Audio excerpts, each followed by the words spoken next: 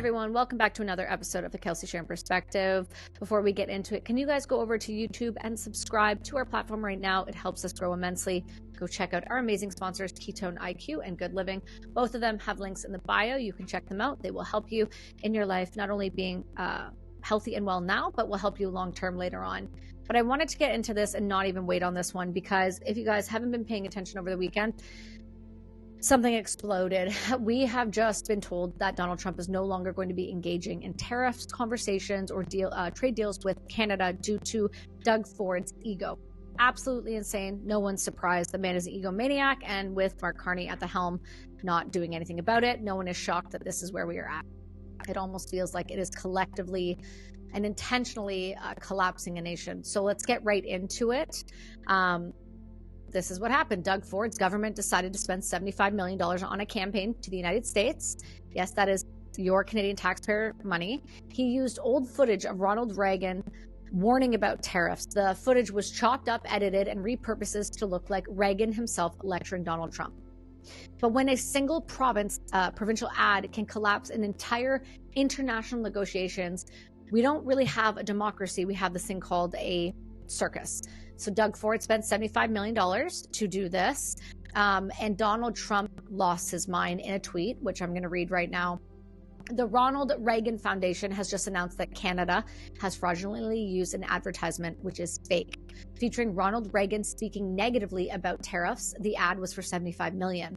Not only did this interfere with the decision of the United States Supreme Court and other courts, tariffs are very important to the national security and economy of the United States. Based on their egregious behavior, all trade negotiations with Canada are hereby terminated. Thank you for your attention to this matter, President Donald J. Trump. I don't know if you guys understand how bad that actually is, but it's horrific for Canada, and the fact that a significant amount of our economy and our work comes from the United States. They are our biggest trading partner. 75% of our exports are gone in a single tweet because one premier with chiclets for teeth wanted to play international cowboy and was egotistical as hell. Doug Ford defended the ad, even giving it, supporting it as the fallout began. He boasted that it would air during the World Series. Of all things, because nothing says sound economic strategy like taunting the man who controls your country's access to the largest market on earth. This episode is brought to you by Ketone IQ, and if you guys have not seen me drinking it, it has been behind me, it has been everywhere. But ketones, I want to tell you a little bit more, because you ask all the time, are a powerful macronutrient, and they cross the blood-brain barrier. They supercharge your brain, and not only do they do that, I have reported and seen my own sharper focus and stronger endurance in next-level performance. I use them before podcasts, before keynote speeches, and before I work daily with clients, and when I get on my road bike. But this is not just that feeling good type ad. This is for real. This is backed by science. And in a placebo-controlled study, Ketone IQ users saw a 19% increase in sprint power, 13% in more peak power, and 10% less fatigue. And the ketone levels spiked 5 times in just 20 minutes. So when it comes to recovery, Ketone IQ improves blood flow, muscle oxygenation, and even boosts EPO, which is critical for your stamina and the bounce back factor. So if you guys are chasing that edge, physical or mental, Ketone IQ is the shortcut to getting into those zones. Do yourself a favor, go over to ketone.com and use the code Kelsi. You're going to save 30% off your next subscription. And I do promise you, ketone is no joke. Ketone fuels the flow. And I'm telling you, it is the best thing I have ever gotten into. And where was Mark Carney in this? Well, our prime minister and supposed adult in the room on the phone was, after the damage was done, asking Ford to pause the campaign. That's not leadership. That's crisis babysitting. That's allowing things to happen and going, I guess it wasn't that bad. Carney's failure is bigger than Ford's arrogance. A prime minister's first job is to safeguard the national interest of its country. He should have seen this train coming and stopped it, and instead, he let an entire provincial government hijack the entire nation's federal diplomacy. And that should scream volumes to you and who are actually in charge, because this isn't embarrassing anymore. We're past that point. We've been embarrassing for a long time now, probably since I think roughly around 2015, but it's now borderline dangerous. Canadian workers in manufacturing, forestry, and agriculture depend on the United States markets. Trade tensions mean massive layoffs. Tariffs means families who cannot pay their mortgages. But Ford's team seems to get just headlines and is fine with that. Carney's team gets to act shocked. And the rest of us, well, we end up getting footed with the bill. See, this is the same Ford government that pulled the U.S. alcohol from the LCBO shelves, threatening electricity shortages to American exports, all are nothing more than cheap political theater. Now these bold moves have turned into a diplomatic disaster of epic proportions. Ford is talking like a man of the people while burning their paychecks to go feed his ego, which he's been doing for some years now. You don't have to look much further. He's very similar to his brother this way. Carney presents himself as a rational globalist adult, but when the fire started, he froze. Shocker, he's a coward. Both of them played politics while Canada's economy credibility bled out everywhere. This is the kind of failure that kills trust. Investors see instability, and the United States sees a massive dysfunctional country. Canadians see two men who care more about optics than outcomes. No one's shocked. Just take a look at their past actions and actions of the Ford family. Doug Ford legitimately should be facing a absolute full spectrum inquiry into how this ad was approved and who authorized the Reagan footage and why nobody stopped the fallouts when it began. Also, any of his constituents and individuals in that province should be asking why they thought spending $75 million while hospitals closed, homeless people are just overpopulated, immigrants are taking everything from us and not paying into the system, and while people are using MAID as a solution because it's so troubling economically in this country to live, why are we spending $75 million on a freaking ad to do what? Piss off the president? Well, it's worked out. You guys have done your job. Elbows up. Mark Carney should be forced to answer why his federal team did not coordinate with the Ontario government before the ad launched. Either he knew and did nothing about it, or he didn't know, which might be even worse. I'm going to go with he knew, didn't care. That's kind of the ego in him. Either way, he did nothing, which might actually make things so much worse, because instead of telling Canadians that they would have to sacrifice a little more, maybe they should stop spending $75 million of taxpayer dollars on ads that crash an entire economy in 12 hours. We can't keep pretending our political class is just making mistakes anymore, because they're not. They're willfully ignorant. They're just idiots. These aren't mistakes. They're deliberate gambling with other people's livelihoods, and they have never once ever in Canadian history been held accountable, and I don't actually believe they will start now. Hey guys, this episode is brought to you by Good Livin'. I am so excited to tell you about something that's become such a meaningful part of my wellness routine, Good Livin'. Now, this isn't any brand. This is actually a brand I know all of the owners behind, and let me tell you, their integrity, their dedication, and their quality is the real deal. Their microdosing and functional blends are crafted with intention, and you can feel it. Everything is tested and made to support you in tapping into your own rhythm. We're talking about blends for anxiety, depression and stress, ADHD, brain health, inflammation, sleep, and energy. Seriously, they have thought of everything possible. I know firsthand how much love they pour into every single product. So if you're ready to check them out and explore more, go to itsgoodlivin.com, and trust me, it's a journey worth taking.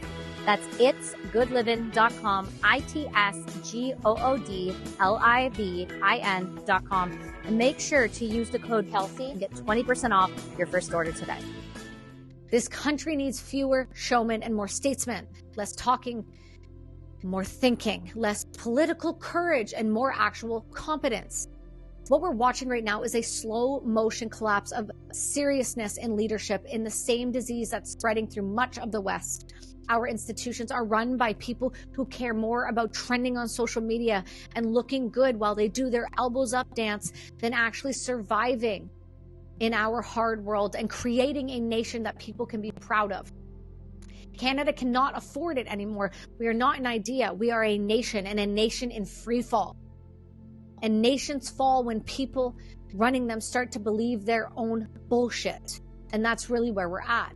Doug Ford's ad didn't just derail talks in any way, but it exposed how fragile our country's leadership really is. Mark Carney's reaction didn't reassure anyone. It confirmed that the adults are not in charge, and they haven't been for a long time, in case you haven't seen the budget. If Canada wants to be taken seriously again, it actually has to have some form of accountability on any level in any department. We can't just do this, no more shrugging it off, no more, it was just miscommunication. We either need to grow a damn spine and demand competence from those people who are steering our ship, or we are going to keep drifting into irrelevance. And that is where Canada is headed. This next generation is going to pay for the incompetence of this current administration. See, this time, I don't think there is any walking it back or fixing the problem, because this never has been the orange, big, scary, bad man's fault. It's always been the Liberals, Carney, and now Ford's. So I understand that this can seem overwhelming, and this is just a quick, short one, but I really did want you guys to understand what's happening here and how much this actually impacts Canadians today. This will have a long-term impact on all of our trade deals moving forward, and apparently we won't be having any of those. We can only sit there and do the elbows up conversation for so long. The more you hate somebody, all they're doing are driving your attention away from the real problems that are surfacing day after day after day as our groceries go up, our immigration skyrockets, our housings collapse, our homes are literally going to be going into a recession. We're going to lose, you're going to lose any of your equity in those very soon, because Canada can no longer keep functioning the way it is.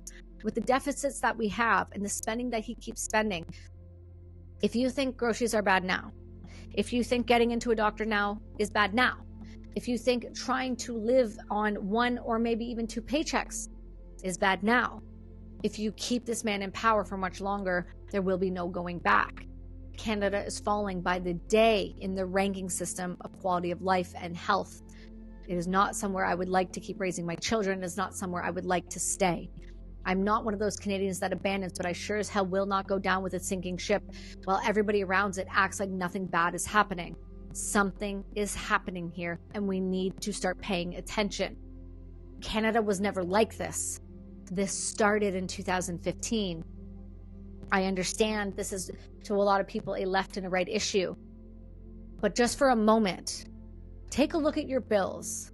Ask me how much taxes you pay, and ask me how much services you actually receive. Are we that blind, deaf, and dumb that we're not willing to acknowledge that eggs shouldn't be $13? Have we really lost that much touch with reality that gas shouldn't be $1.80?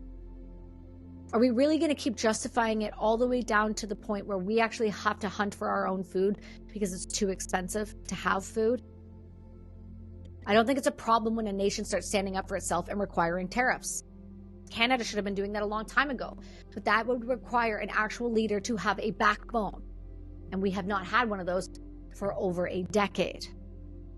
The only people that have ever run this nation are the same people on boats making it with Katy Perry. Do you actually think that we had a leader? We were bought and paid for by the CCP a long time ago. The adults have left the room, other nations control us, and now we have absolute globalist WEF idiots trying to pretend that they know what they're doing. My suggestion for Doug Ford is, go do something else. It's very clear that you don't care about this country and you are an egomaniac.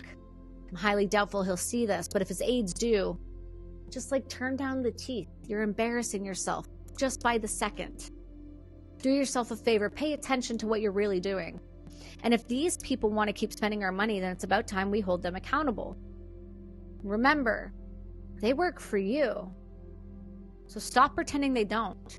They can be ousted, but it takes people to wake up. So if you guys like this, please subscribe. If you like ones like this, please go and share. And we will have episodes out twice a week now. And we are just going to be pushing.